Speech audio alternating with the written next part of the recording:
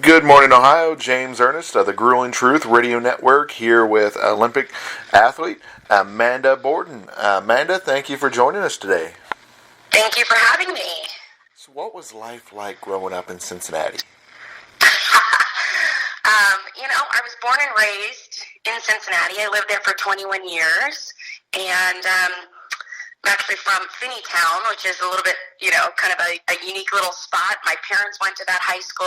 My brother and I both went to that high school, so it was a great little life. It was all I knew, but great place to grow up. I've taken my family back there a couple times, and my kids want to move there, so they think it's awesome. That's great to hear. Now, you mentioned high school. Obviously, you had a crazy busy high school life, 2 National Honor Societies, homecoming queen, and a gymnast. How did you fit all that in? I used to ask my parents that all the time, but, when I was probably 9, my dad, I remember him talking to me about, life is short, just always do what you love. And so I think, my whole life really revolved around things I enjoyed. I obviously loved gymnastics. That was a huge part of my life, but it wasn't the only part. I loved going to school. I liked being involved with my school. My friends and classmates were so, inclusive of my busy lifestyle, so I was able to do a variety of different things, and somehow it never felt overwhelming or like it was too much. And I look back and it was just such an awesome time in my life for sure. Speaking of looking back, tell us about your coach, Mary Lee Trace. Yeah, she's still a great friend of mine, and she started coaching me when I was probably 11. So she's been in my life for over 30 years, which I'm very grateful for. But, I think when I look back at my experience when I was 11 and 12, I was athletic, I was good, but I just didn't know how to get to that next level. And we became a quick team. She was a hungry, eager, coach and teacher, and I was an athlete that, had the will and the drive and the work ethic. And so it was a great combination. She used to tell me, like, hey, I may not know how to teach you this, or I may not know everything, but together we're going to figure it out. We're going to ask questions. We're going to learn from other people that have done it. And so the whole process was really learning and growing, and I think that's what made it really special, is every single moment we accomplished together. It was just such a big moment for us. And I literally just emailed her yesterday. I do some motivation to my staff. I own a gymnastics school, and I sent out a big thank you. And I thought, man, somebody in my life that I need to say thank you to is Mary Lee Tracy. And I listed a bunch of things that, are just great memories of mine that I'm very thankful for, and I wouldn't have had them without her. That is awesome. So I agree with you. I mean, coach has made such an impact in your life, and it sounds like you had a wonderful coach growing up. I did. I was very lucky. I lived 8 miles from her gym. I never had to move to find her. It just, was definitely meant to be. Oh, definitely. Because you're right. Yeah, I was going to say not everybody's that lucky. A lot of times they have to move or relocate or drive hours to get to a coach. But it sounds like you had a phenomenal coach right in your own backyard. Yeah, and, that's the question I get all the time. Would I have moved? Would I have, left my family? And, still all these years later, my answer would be no way. Like I said, I loved gymnastics. I loved school, but I loved my family. I was a homebody. And, gymnastics wasn't like who I was. It was just something I did. So I would have never moved away from my family or left any of those other pieces of my life that I loved just for gymnastics. And I'm grateful for that now. I think it really, gave me a balanced childhood. Definitely makes me value those things as an adult now, too. This is a really unique nickname, Pepsodent. Yes, I got that nickname. I think it was like 1990, my first national competition. And, one thing I was known for was like grinning ear to ear. I literally, and there are many people out there that thought it was an act or fake but I grinned because I always was having fun. And so I kind of had a bright white smile, and I got nicknamed Pepsodent pretty early on. And, even as I navigated into the elite gymnastics world, smiling and bebopping around and that level wasn't really normal in the 90s.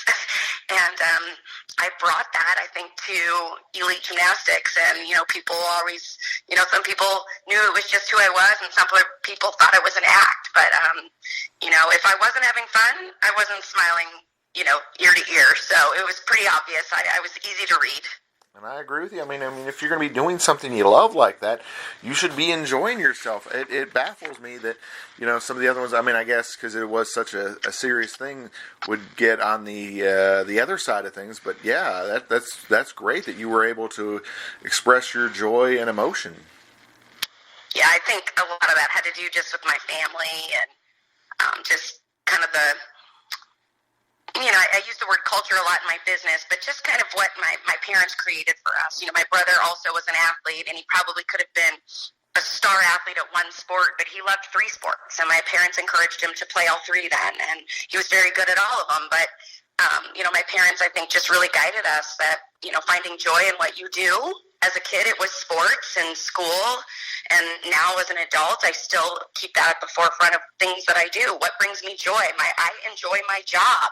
I enjoy coaching other gymnasts. I enjoy motivating people, and trying to keep that as much joy in my life as possible, because being happy makes life more fun and easier. And exactly. So it sounds like having that great teacher and coach and Mary Lee Tracy helped to form your coaching philosophy with your gold medal gym. Absolutely. We opened our business in 2004. I went to school to be a teacher, so I knew I loved kids. I knew I loved gymnastics. I'd done that my whole life. And I was asked to start an after-school gymnastics program, and then I started coaching kids, the sport that I loved, and I was like, wow, this is amazing. And somebody asked me what I think about doing it for a living. I did not ever think that I would own gymnastics schools and coach for my living. I'm not sure why, but and sure enough, we opened our gym in 2004. I did teach a little bit in the beginning of owning the gym, just because as a new business owner, you never know. And now we've been doing it for over 16 years. Definitely built our program around, Cincinnati gymnastics and how I grew up, because I felt like it not only helped me accomplish my goals, but it was an awesome experience. And, not many kids are pursuing the Olympics per se, but having that balance and teaching them life skills through their sport is a huge opportunity, and it's something I love to do every day. What did you learn from your time at Arizona State University that you incorporate into your coaching today? I always laugh because, I work with teenagers, and I don't know where I'm going to be. I don't know what I want to study when I go to college. And I said, most of us, study things, and then sometimes we take completely different paths. You just never know. But, I was an education major, so, I studied kids. I learned a lot about, how to reach kids, the different styles of learning, and I felt like as a new coach, that was really helpful for me. I knew the gymnastics, I knew the technique, I had the eye for the sport, but being able to deliver and actually connect with the kid is what makes coaching special. And I feel like that was really beneficial for me. I also, was not on the Arizona State gymnastics team because I didn't have any college eligibility, but I was included in, their workouts, and I was at their competitions, and so I just developed, a different meaning of team in college too, and that's also a huge part of our business. We have about 55 employees, and, one of the biggest and most important characteristics to me is teamwork, because to me it's way more fun to be successful as a team than to do it by yourself. So with that, tell us about the challenges of starting up a gold medal gymnast, or your gold medal gym. Yeah. Challenges. I was so passionate about teaching. I was so passionate about gymnastics, so I had a lot of fire and fuel to, make it great. And when I look back, 16 years, married and 3 kids later, you ebb and flow through struggles. But I would say in the beginning, the hardest part was the amount of work it took. I mean, I share those stories with some of our young employees that have those big dreams. I mean, I worked easily 15-hour days, sometimes even longer, 6-7 days a week. I was the janitor. I was the front desk gal. I was I did all the payments. I had to coach the classes. And I think that hard work and grinding through every part of the business helped us really set those systems in place for everybody else. Now we have, an amazing staff that we couldn't do it without. So I think that combination from doing it all to now having everybody be a part of that team is definitely a really cool journey. But I spend time sharing with our staff how we started and all the things that we have learned and grown from, because I feel like that's just an important piece for especially our younger staff that are just starting out their careers, to learn that anything great, whether it's an Olympic gold medal or starting a business and growing it into something great, takes extreme hard work. Hopefully you love what you're doing, because then the hard work's fun. And I think that's just a great combination, and it worked really well for building our business. You mentioned your staff. The way I understand it, most of them, if not all of them, have really great educational backgrounds. On our staff? Yes, ma'am. Yeah, we have, quite a few. Well, we have a variety of staff. We have a lot of our coaches do have teaching backgrounds, which I do think is a wonderful addition to working with kids. Majority of them were gymnasts, and I think that obviously that background is a different type of education and a unique tool they bring. My husband helps run our gym. He did not do gymnastics, but he studied business in college, so that has helped us be a really great team. And I share with the staff all the time, we're like a puzzle. Everybody brings different skills, and when you put that puzzle together, we make a really great picture. And that's how I look at our staff, that, each one of them brings something unique and special that makes us great at what we do. And, we realistically couldn't do it without those pieces of the puzzle. And another great thing about your staff, I understand they have a lot of certifications for coaching or for gymnastics. Yep. Every program does things differently, but we definitely try to hold our standards high on working with children. So USA Gymnastics offers a variety of different credentials, safety certifications, background checks, and then an education program. And, basically depending on, what level of gymnastics you're coaching and what your, kind of goals and future are, we kind of develop a little educational system. And then we also do in our building trainings and certifications to continue to make sure our staff's improving. I think, like I said earlier, one of the things I loved about Mary Lee Tracy that I still love today is she was a learner. Still to this day, if you asked her, there's still more to learn. There's still more to, teach.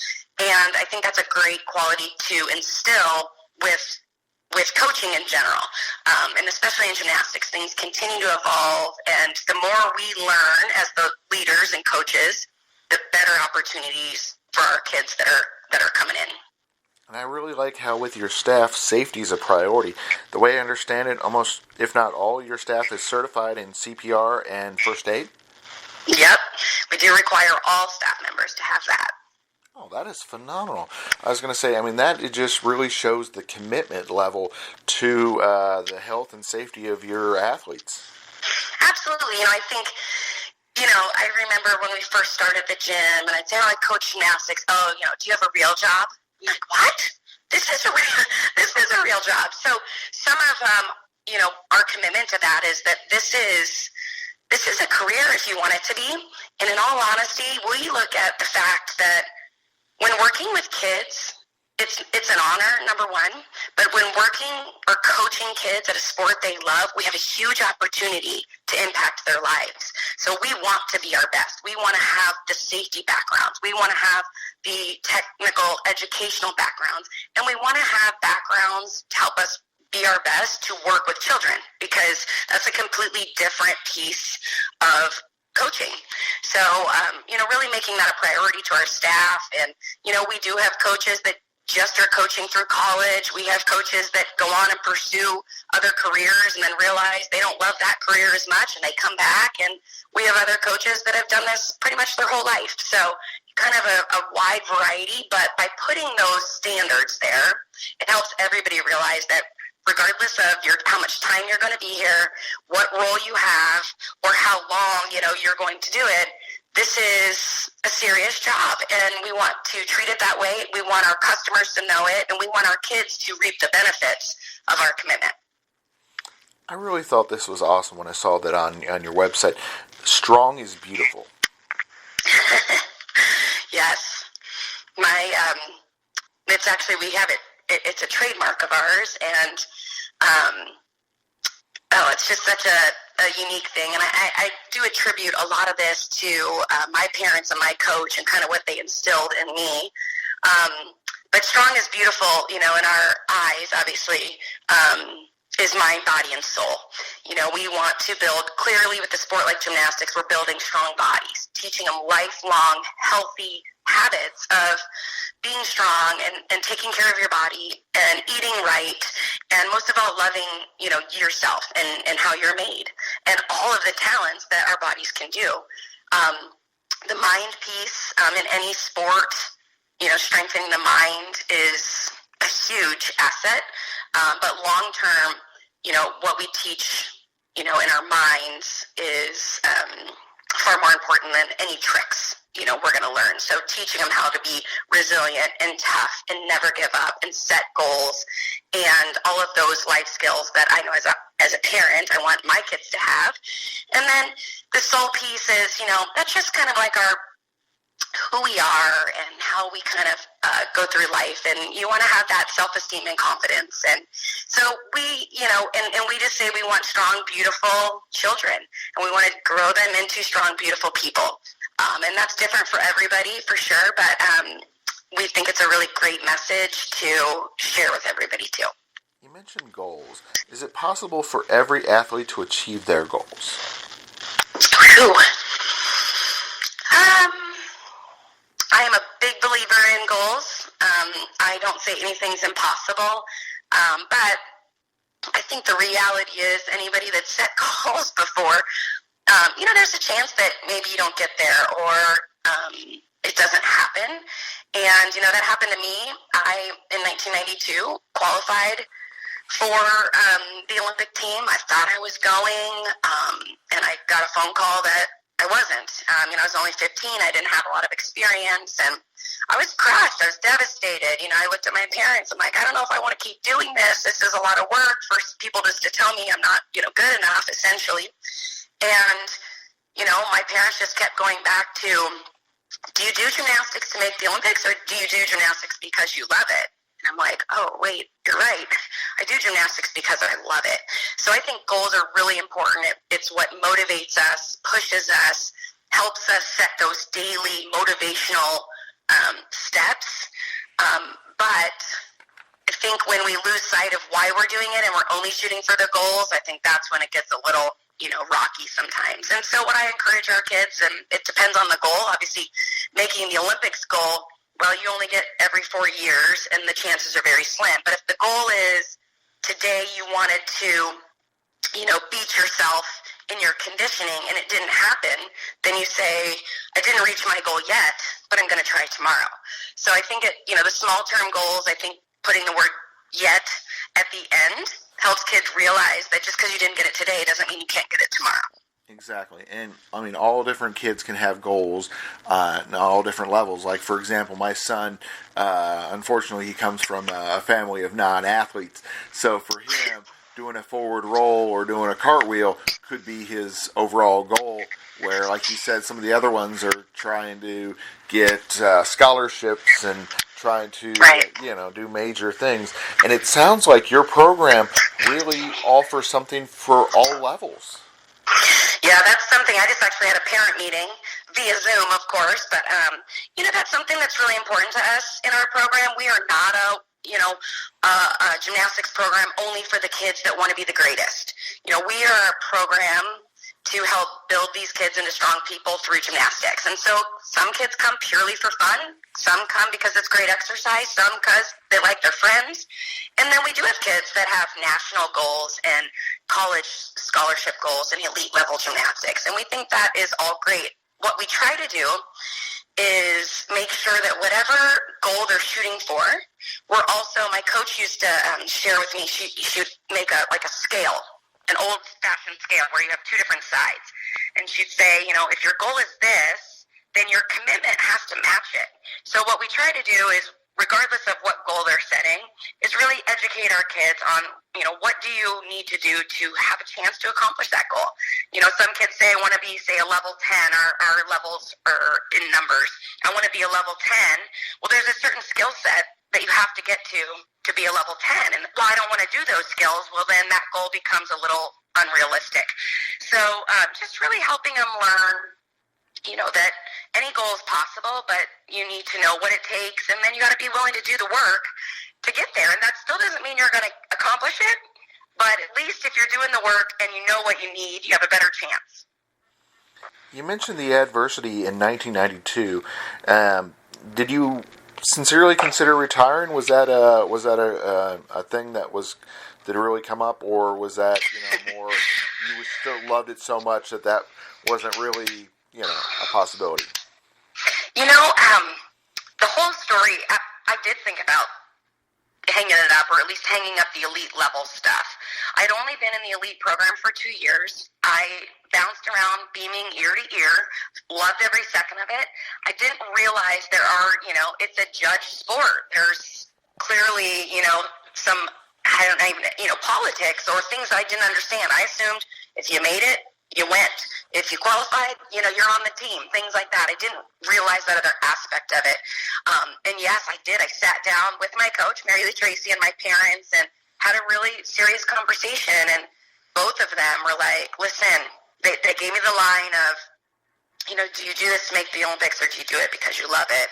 And they said, listen to your heart. We know you'll make a good decision. And I only was out of the gym for 3 days. I don't know if you call that really thinking about quitting or not, but and that's just when I realized I don't do gymnastics to make the Olympics. I can have that goal, and that keeps me motivated and has that fire underneath my hard work. But I do this because I love it, and if I get there, then that's the plan for my life. That's what God has planned for me. And if I don't get there, I'm going to enjoy every step between now and then. And I think that was really important to take it year by year for me, moment by moment, competition by competition. If I thought too far ahead and only thought about the goal, I started losing what made me my best, which was just enjoy the moment, be your best right now. So did that make the Pan Am Games and the other things in the 95 and 96 more special, that you had to deal with that adversity in 92? Absolutely. I think, when you're in the middle of the struggle, you don't always see it. I think I talked to my coach after I made my decision, and I said, I just want to take it year by year. I want to evaluate after every season, am I still loving it? Am I still enjoying it? And as long as I can say yes, then I'm going to take on another year. And so 1993 was my first World Championships. Loved it. Great experience. Came back, evaluated. Yeah, I still want to do this. 1994, I got to go to 2 World Championships. And, being a part of Team USA, you brought home lots of hardware. Not a lot of gold, but a lot of silver and bronze. And Pan American Games was a phenomenal trip. We were in Argentina, and we swept pretty much everything, brought home a lot of gold from there. But 1995, I also went through some physical struggles. I had 3 injuries, small injuries, but in gymnastics, a little fracture in your toe means you can't really train your best. And I think that adversity really set me up for success at the Olympics, as well as, I guess, a grit and a toughness that I figured out about myself. And I think that just was it. As much as that struggle felt so hard when I was in the moment, and I was so worried if my Olympic dream was going to come true, I look back now and I realized God was giving me those struggle steps so that I was so mentally and physically strong at the Olympics. I was, better than I'd ever been. Did the success at the Pan Am Games put a target on your back? You know, I never really thought of, competition, world championships, the Olympics, as we're going up against, the Russians or the Romanians.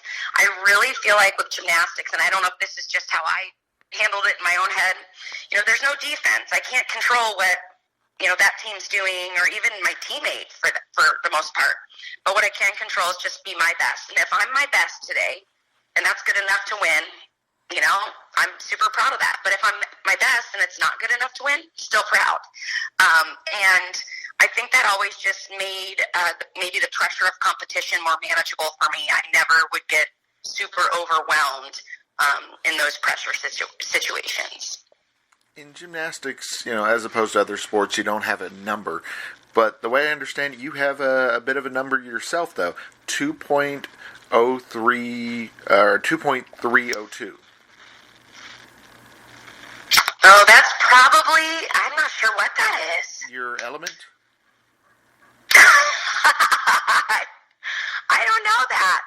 Something about... Oh, you're talking about my I have a move named after me? Yeah, that. I don't know the number. The way gymnastics works is if you perform a new skill in an international competition, you can have it named after you. So it's a splitting jump on the balance beam, but people still do it today. We have gymnasts in our own program that do it, and they always get a kick out of it because when they mess it up, they'll say, "Come on, can you give me a couple tips? Like, you should know how to do it." I said, "I definitely can't do it anymore. I'm not, getting a full split in the air flying on a 4-inch beam anymore. I'm too old for that." So with the Magnificent Seven, you were the captain. What was that like? Well, the way that came about is in Atlanta, we had just practiced, and we were all sitting around a mat stretching, and our athlete representative came over and said, "Guys, we need to select a captain." So we're, writing names on paper, and we put them all in. And I personally voted for Shannon Miller, most decorated gymnast, to get into the Olympics. And the other 6 teammates all voted for me.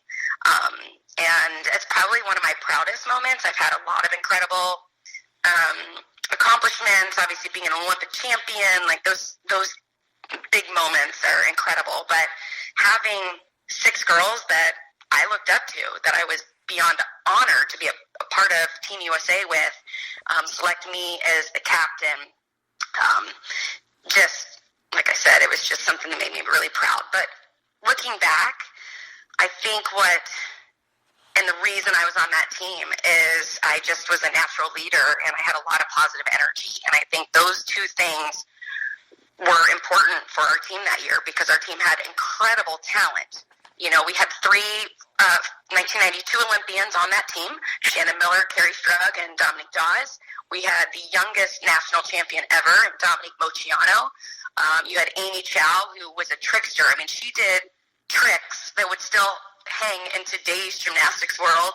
And then my personal teammate, JC Phelps, who had won the Olympic trials and was one of our most consistent athletes, and then, of course, myself. And so the physical talent was there. I think the reason I was a part of that team was, I wasn't the most talented physical athlete, but I brought that positivity and team outlook, and it was just exactly what the team needed to be glued together and, have one of our best, obviously our best performance at that point, because we were the first team to ever win gold. So. The really neat thing is a lot of people compare your 96 team with the 92 basketball team, and the fact that, you were just such an overwhelming team and being able to have such talent. Yeah. I think I used to say we got named, the Meg 7, but we are actually all still very close, and I think that our team as women are even more magnificent now. I mean, it's very rare that you have an Olympic team in our sport, because what's unique about gymnastics is we all trained in the 90s. We all trained in our own gyms. And then we'd come together for these meets. Every once in a while, we do maybe a training camp once a year. But we're all working out in our own little world, and then we come together and we're a team. And that's unique. But there was something special about all of our personalities, all of our talents, all of our backgrounds, where we came from. And we just connected. And then, of course, after winning gold at the Olympics, we spent almost 2 years traveling, doing tours and professional competitions. We became really good friends, and still to this day, we just had our anniversary, July 23rd. We text everybody. We talk about we're hoping to do some kind of anniversary trip next year. We text on holidays. We check in on birthdays, and I think that's a really unique thing. But I think that's what people saw even in 1996, just that special connection and variety of different personalities, and I think that made us really unique. That is awesome. Yeah, that's what the other two said, that Dominique and Shannon, that really it was more so the tour afterwards where you all really connected, and it kind of solidified you as a team and solidified you kind of as a family. Absolutely. When you're in a competition mindset, and everybody has a different style. I know Shannon and I got laughing when we watched the Olympics recently together, and she's like, everybody thought I was so serious and so stoic. She's like, that's just my competition face. Everybody has a different way of competing, but when you're at your biggest meet of your life, you're not going to change that because you'd want to be your best. Mm-hmm. So we'd be in these moments, and we'd all be in our game face mode, even though we were cheering each other on and definitely there for each other. But on tour is where everybody just relaxed, had fun. I mean, we'd do a show, get on the bus, and talk for hours as we drove, to the next city, and really had some great quality time together. And that was, I think, where we really got to know each other outside of that game-based gymnastics world. That is awesome. We've enjoyed having you on the show today. Before we let you go, we want to let our listeners know how they can sign up, how they can, where they can find the Gold Medal Gym. Yeah, just goldmedalgym.com. We have all kinds of things. You can follow us on, social media. I'm usually connected to that as well. My social media stuff is Amanda K. Borden. And we just do all kinds of fun things for kids. So it's a pretty fun job to do every day. That is awesome. Thank you, Amanda. Thank you. Thanks for having me.